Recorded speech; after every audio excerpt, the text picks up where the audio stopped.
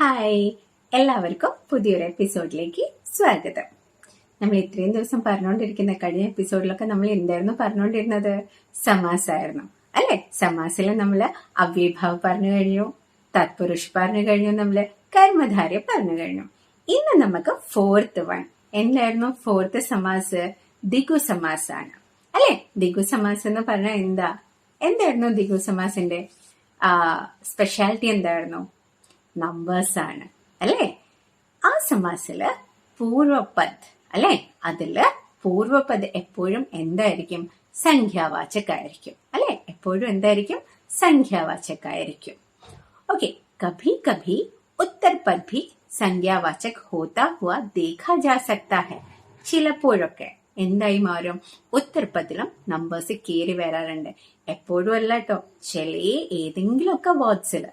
Okay, इस समास में प्रयुक्त संख्या किसी समूह को दर्शाती है. ഏതെങ്കിലും ഒരു ഗ്രൂപ്പിനെ ആയിരിക്കും നമുക്ക് കാണിച്ചു തരുന്നുണ്ടാവുക. Okay, note the meaning.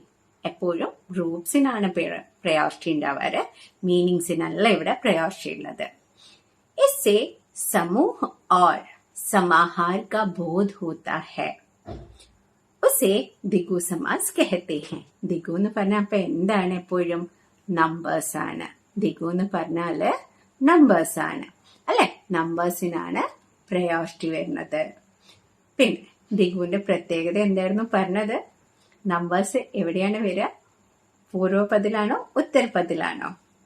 പൂർവപദാണ്. ചിലപ്പോഴൊക്കെ മാത്രമേ എങ്ങോട്ടേക്ക് പോവാറുള്ളൂ? ഉത്തരപദിലേക്ക് നമ്പേഴ്സ്. മീൻസ് അത് റയർ ആണ്. എക്സാമ്പിൾ നോക്കാം.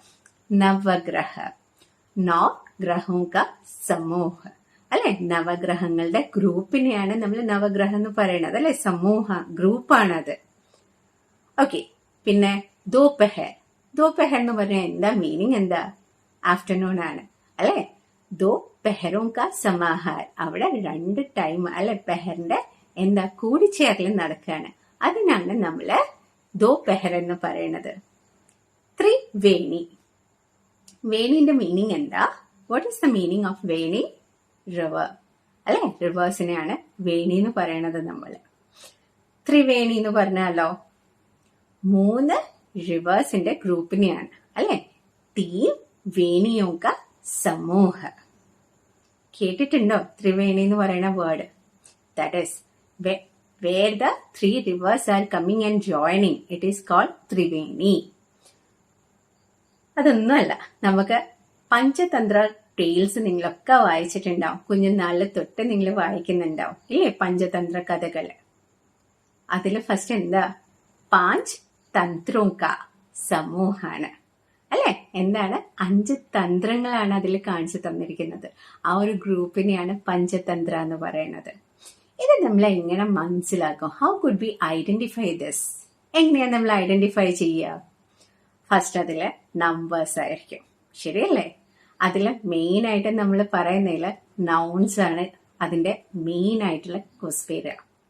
ഓക്കെ, ഇതിന്റെ പിന്നെ എന്ത് നമുക്ക് പറയാം? ഒരു ഗ്രൂപ്പിനെ ആയിരിക്കും ഇത് എപ്പോഴും ഇൻസിസ്റ്റ് ചെയ്യുന്നുണ്ടാവുക അല്ലെ? എപ്പോഴും എന്താ ചെയ്യുക? ഒരു ഗ്രൂപ്പിനെയാണ് ഇത് ഇൻസിസ്റ്റ് ചെയ്യുക. എവിടെ നോക്കിയാലും നമ്മള് സപ്താഹന്റെ മീനിങ് എന്തായിരുന്നു? വീക്കാണ്. സാത് ദിനോ കാ സമൂഹ, 7 days അല്ലെ? സപ്താഹം എന്ന് പറഞ്ഞാൽ 7 daysനെയാണ് നമ്മൾ വീക്ക് എന്ന് പറയുന്നത്. That is saptah in Hindi. Tiranga. എന്താ തിരങ്ക എന്ന് പറഞ്ഞാൽ? എന്താ? നമ്മളെ ഫ്ലാഗിന്റെ കളറാണ് അല്ലെ? നമ്മളെ ഫ്ലാഗിനെ നമ്മൾ പറയണത് തിരങ്ക എന്നാണ് അല്ലെ? ട്രൈ കളേഴ്സ് അല്ലെ? തീൻ രംഗോ കാ സമൂഹാണ് അല്ലെ? ഇതിനെ നമ്മൾ ഐഡന്റിഫൈ ചെയ്യാനുള്ള കാര്യങ്ങളൊക്കെ നമ്മൾ പറഞ്ഞു കഴിഞ്ഞു. എങ്ങനെയാ ഐഡന്റിഫൈ ചെയ്യാൻ? നമ്പേഴ്സ്, സംഖ്യ ഉണ്ടാവും അതില്. പിന്നെന്താണ്? അതിന്റെ സ്പെഷ്യാലിറ്റി മീൻസ് ഗ്രൂപ്പിലാണ് ഇത് വരിക അല്ലെ? ഇതില് ഏറ്റവും പെട്ടെന്ന് നമുക്ക് മനസ്സിലാക്കാൻ വേണ്ടിയിട്ട് എങ്ങനെയൊക്കെ വരാം? ത്രിഭുജ് അല്ലെ? ചോ, പഞ്ച്, ഷട്ട്, ത്രി, സപ്ത്, നവ്. ഇതൊക്കെ ഇതിന്റെ സ്റ്റാർട്ടിങ്ങിൽ വരുന്ന കാര്യങ്ങളാണ് അല്ലെ? സാൻസ്ക്രിറ്റ് നമ്പേഴ്സിനാണ് ഏറ്റവും കൂടുതലായിട്ട് നമ്മളുടെ ദിഗു സമാസിൽ ഫസ്റ്റ് വരാറ്. പെട്ടെന്ന് നമുക്ക് ഐഡന്റിഫൈ ചെയ്യുക ഇത് ഏത് സമാസാണെന്നുള്ളത്. അപ്പൊ ദ്വിഗുസമാസം എന്ന് പറഞ്ഞാൽ എന്തായിരുന്നു? അതിന്റെ ഫസ്റ്റില് എപ്പോഴും നമ്പേഴ്സ് ആയിരിക്കും. 1 or 2 വേർഡ്സ് എന്നാൽ ചിലപ്പോ എന്തിലേക്ക് മാറാം? ഉത്തരപദത്തിലേക്ക് മാറാം അല്ലെ? ഇത് എന്താണ്? ഒരു ഗ്രൂപ്പിനെയാണ് പറഞ്ഞു തരുന്നത്, മീനിങ്ങിനെ അല്ല. റൈറ്റ്? ഗ്രൂപ്പിനെയാണ് അത് പറഞ്ഞു തരുന്നത്. ഓക്കെ, അപ്പൊ ഇന്നത്തെ എപ്പിസോഡ് നമുക്ക് ഇവിടെ വൈൻഡപ്പ് ചെയ്യാം. ഇതേപോലത്തെ വീഡിയോസ് കാണാൻ വേണ്ടിയിട്ട് ചാനൽ സബ്സ്ക്രൈബ് ചെയ്യാൻ മറക്കല്ലേ. Thank you.